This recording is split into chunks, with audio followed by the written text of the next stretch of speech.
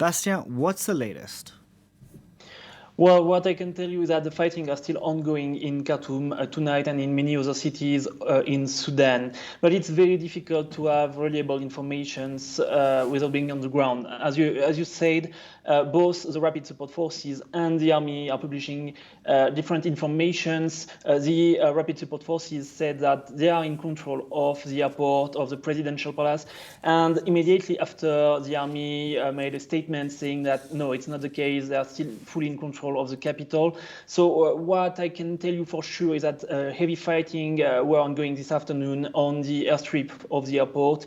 Some civilians were killed according to the doctors' committee, Sudanese doctors' committee. Some airplanes were destroyed, but we don't know who did these destructions, if it was the army, if it was the Rapid Support Forces. And it's a bit the same thing around the presidential palace. There have been clashes all day long. There have been loud explosions, heavy fightings, but it's impossible to know who is in control. What we know is that some tanks were around the presidential palace, some armored vehicles, but who do they belong to? It's impossible to say for now.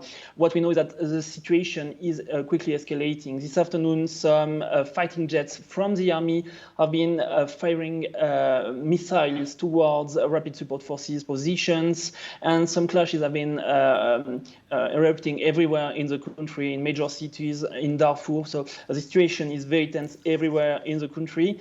About the civilians, at least 3 people were killed according to the doctors' committee, and dozens have been injured, either in the capital Khartoum or in other cities of the country.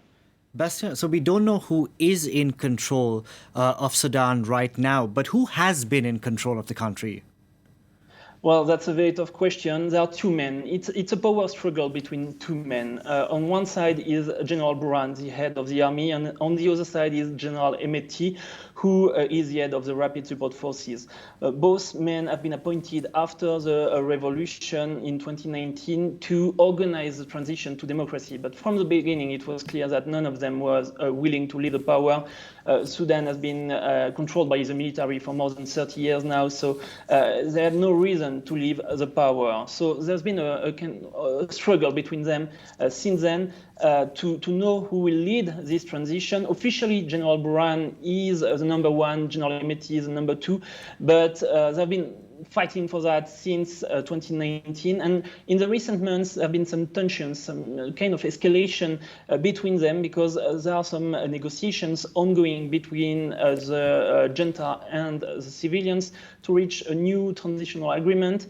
And according to this agreement that has not been signed yet, one of the main points is for the Rapid Support Forces to be integrated into the army, but the General Emeti, the head of the Rapid Support Forces, does not agree with Burhan on who should lead this process, what should be the conditions. So that's maybe the reason that led to the fighting that we saw today in Khartoum and everywhere in the country. Bastien, thank you very much for that. Bastien Renouil reporting there for us.